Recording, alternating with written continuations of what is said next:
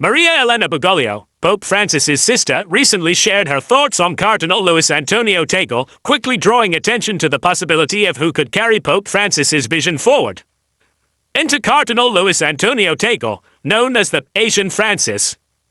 Tagle has been seen not only as a potential papal candidate but also as a continuation of Pope Francis's spirit.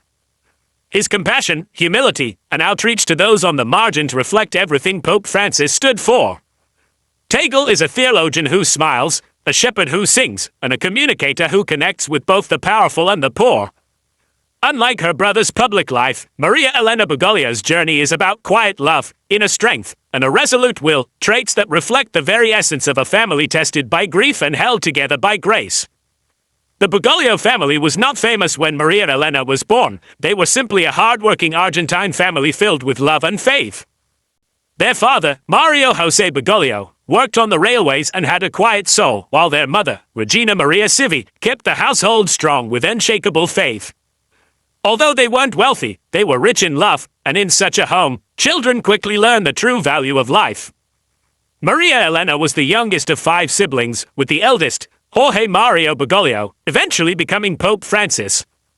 But to Maria Elena, he was simply her older brother who protected her during tough times.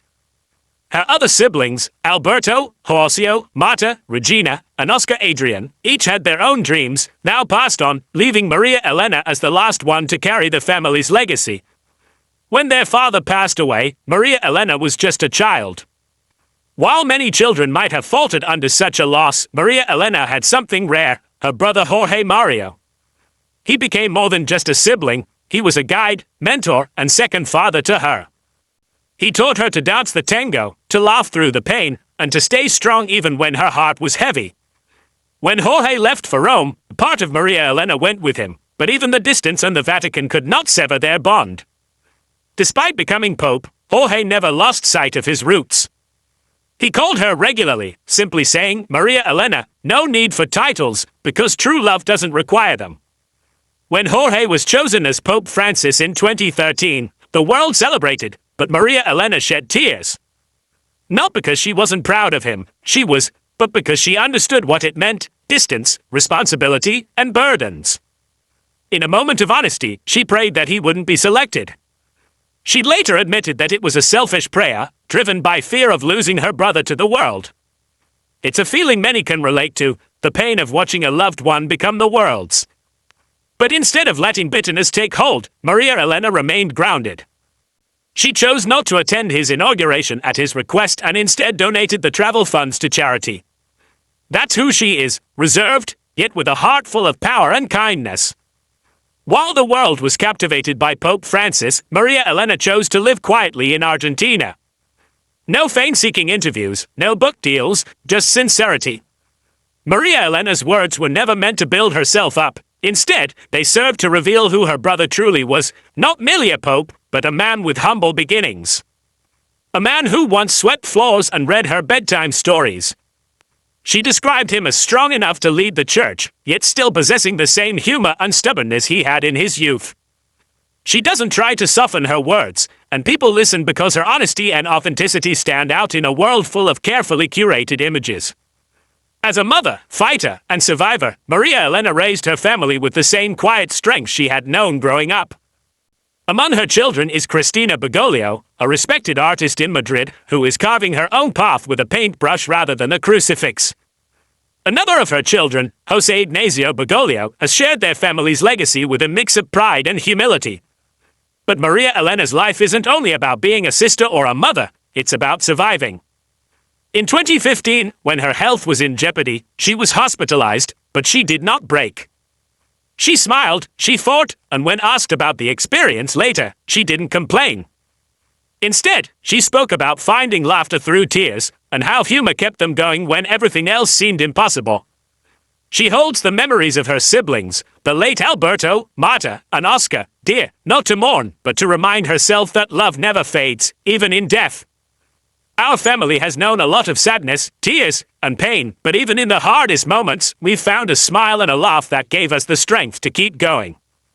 This quote not only captures her life but defines it. It speaks to the truth that even in the darkest moments, laughter is the first sign of light. And when it comes from someone who's lost so much, it carries a unique healing power.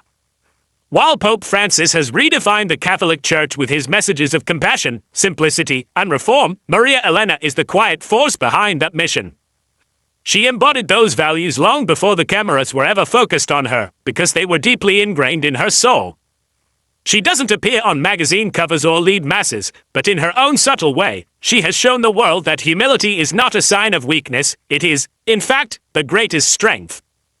And perhaps that is the most important lesson her brother learned from her.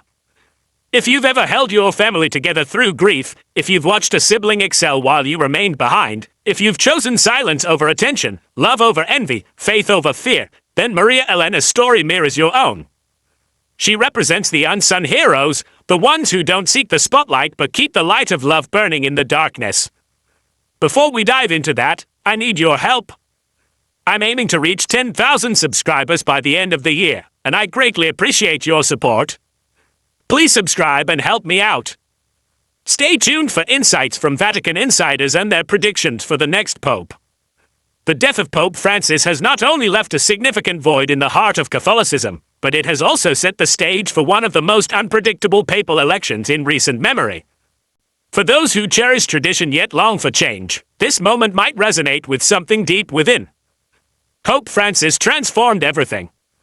More than 80% of the 135 cardinal electors set to enter the Sistine Chapel in early May were appointed by him, ensuring his influence will be felt, though not in a straightforward or obvious way.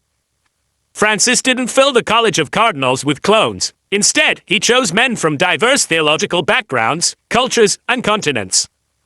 As a result, the upcoming conclave is a complex mix of ideas, desires, and spiritual perspectives, which makes predicting its outcome difficult. Vatican insiders, from experienced journalists to retired diplomats, agree that the 2025 conclave is a spiritual and political wildcard. There is no clear frontrunner or consensus candidate, just a global church in search of a leader during a time of deep uncertainty. So, what are the cardinals looking for? This isn't about charisma or age, it's not a job interview, but a sacred process of discernment. However, the cardinals are still searching for qualities that matter in today's turbulent world, a spirit of reform or a commitment to tradition.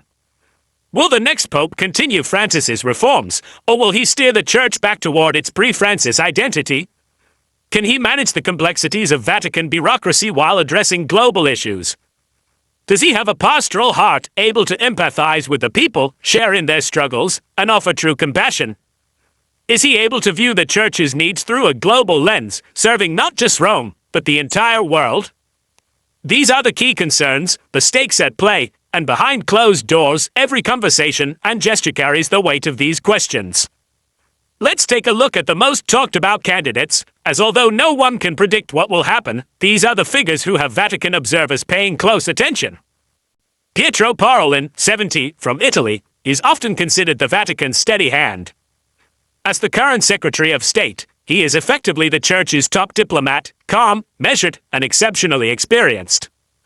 Parolin is seen as a stabilizing force, a centrist who knows how to keep the Vatican's machinery running smoothly. Betting markets favor him, AI algorithms predict his success, and many traditionalists quietly respect him. However, there are some concerns about his past involvement in the controversial China-Vatican deal, and his lack of pastoral experience has led some to question whether he is more of a bureaucrat than a shepherd. Luis Antonio Tagle, 67, from the Philippines, is often referred to as the Asian Francis. If Pope Francis had a spiritual heir, it would likely be Tagle. He is emotional, articulate, and deeply beloved in the global South, embodying mercy and compassion. Known for shedding tears during his sermons and embracing the homeless, Tagle has the potential to inspire a new generation of Catholics. He also symbolizes the Church's shift away from Europe and toward Asia and Africa, responding to a world that craves inclusion and justice. In a time of uncertainty, Tagle feels like a breath of fresh air for the global Church. Following the Vatican's shake-up of Caras Internationalis, which was led by Tagle, questions have arisen. Some insiders are uncertain about his ability to manage effectively. Matteo Zuppi, 69, from Italy, is known as the people's pastor. Zuppi is often described as a quiet storm, unflashy, but deeply beloved. He is recognized for his work with marginalized groups and his advocacy for peace. A loyalist of Francis, Zuppi brings street-level spirituality to the Red Hat. He has also played a pivotal role in Italy's interfaith dialogue and refugee assistance. Vatican insiders view him as a potential bridge builder, though his lack of Vatican political experience is seen as a weakness, particularly in conclaves where such experience can be crucial in gaining momentum. Peter Erdo, 72, from Hungary, is considered a theological heavyweight. As a canon law expert and a conservative voice, Erdo appeals to cardinals who believe Francis acted too quickly. Should the Church seek a reset and a return to order, Erdo could be their choice. However, his firm conservative stance might alienate progressives and voters from the global South who desire more compassion and less control. Peter Turkin of Ghana, 76, is known for his peacemaking efforts. He is a commanding figure with significant contributions to climate change, peacebuilding, and economic justice. A powerful orator and bridge builder, Turkin could potentially become the first African pope in over 1,000 years. Yet, some insiders think the odds remain against an African pope, despite the symbolic power such an election would hold. Mark Yule, 80, from Canada, is a Vatican veteran with pastoral charm. He's been a fixture in the Curia for years and is well-versed in its intricacies. However, at 80 and following recent controversies, his chances may be limited. Conclaves do not begin with voting. They are shaped by whispered conversations, late-night debates, and the nuanced art of consensus building during general congregations. It is in these moments that coalitions form, frontrunners fade, and compromise candidates rise. Vatican insiders remind us that conclaves are not wars, they are negotiations steeped in prayer, and often the most popular candidate at the outset does not emerge as the victor. The cardinals may not be firmly divided into opposing camps, but each one carries their own vision for the Church's future. The real challenge is finding someone who can unite, not just win. Betting markets and AI are also engaged in the Pope prediction game. Algorithms are analyzing everything from public sentiment to historical patterns, and betting sites frequently adjust their odds based on insider gossip and global speculation. Currently, Poland leads many AI predictions, though Tagle and Turkin are not far behind. These models, though insightful, cannot read hearts, they simply show where the global winds are blowing. Even the most sophisticated AI systems concede that this is the world's most unpredictable election. What makes this moment so impactful isn't just the uncertainty, but the possibility. For the first time in modern history, we could witness the election of a pope from Asia or Africa. The Church may take another bold step toward the margins, toward empathy, and toward the people. If you've ever believed that faith should reflect the real world, touching the earth, healing wounds, and listening rather than lecturing, then your hopes are wrapped up in this conclave.